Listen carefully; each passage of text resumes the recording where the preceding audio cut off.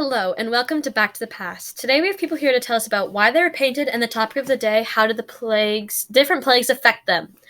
Today we're going to start with the Mona Lisa and then follow with the girl with the pearl earrings. So, Mona Lisa, first question for you is, when and why were you painted? Well, I'm a self-portrait done by the famous painter Leonardo da Vinci in the time range of 1503 to 1506. He was hired by my rich husband because he wanted a portrait of me in our new home. That's so, Lisa. Speaking of your husband, what's his name? Oh, my husband's name is Francesco del Giocondo.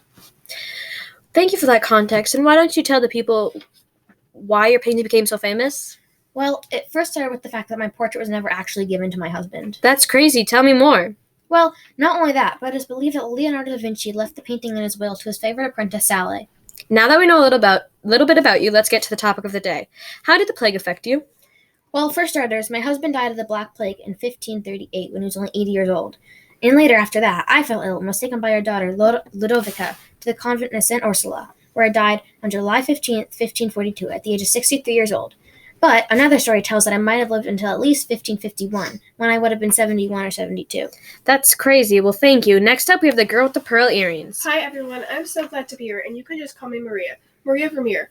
I am the model for the girl with the pearl earrings. So, Maria, can you tell people a little bit about yourself? Sure. Well, for starters, my family was not that rich, so my father wanted to paint something to show the exaggerated wealth that we did not have, so we used illusions. Your father sounds like a very talented and creative person. Also, when did he paint you? Yes, my father was creative, but some evidence even points to the fact that I painted around 50% of my father's works of art, but I never got any credit. And to answer your question, my father painted me in 1665. That's insane.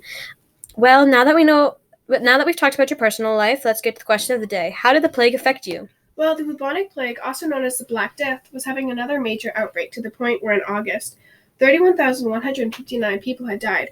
And in my opinion, the worst thing was the plague pits. They would just throw the infected dead into them. Wow, that's really gory. Are there any other facts we should know about the plague before you go? Well, I guess there is one thing. The childhood song Ring Around the Rosie came out because it was the song the kids would sing about the plague.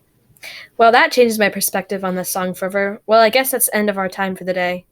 Oh, hello. Okay, change of plans. We have a special guest, and that guest is the Son of a Man painting. He is here to talk about how the medical world has changed since the plague. So, Son of a Man, do you have a nickname? Because personally, I don't want to keep repeating that. Well, I guess you can call me Renee, because I'm a self-portrait created in 1964 by myself, a Belgian artist. Renee, right off the bat, we know who you are because of your iconic look of the apple in your face and the bowler hat. Well, the apple and the bowler hat, they're just some of my many staples of works of art. Cool. Anything else we should know about you before we get to the topic of the day? Well, my painting is one of the most recognizable paintings of the Surrealist movement. As for myself, well, I died due to pancreatic cancer in 1967 at the age of 68. I'm deeply sorry. And now, for the question of the day, how has the plague affected you? Well, the medical world has changed a lot due to the plague, for starters. In 1896, the first effective treatment, antiserum, was discovered to cure the plague. But other things happened too. For example, in 1964, a surgeon reported that smoking would be hazardous to the health, and there was the first heart transplant on a human.